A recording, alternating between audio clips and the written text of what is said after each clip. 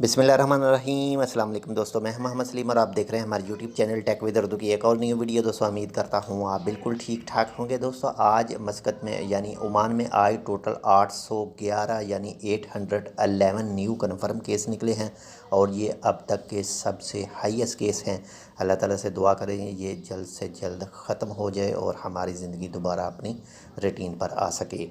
और इन 811 केसों में से 315 केस जो हैं 315 केस हैं वो हैं ओमानियों के और 496 यानी 496 हैं नॉन ओमानी यानी खारजियों के।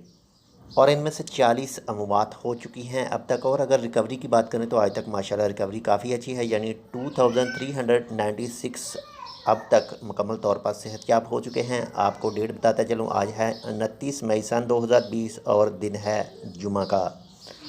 जी तो दोस्तों ये थी आज की अपडेट। इंशाल्लाह मिलते हैं किसी दूसरी अपडेट के साथ, तब तक के लिए अल्लाह हाफिज़।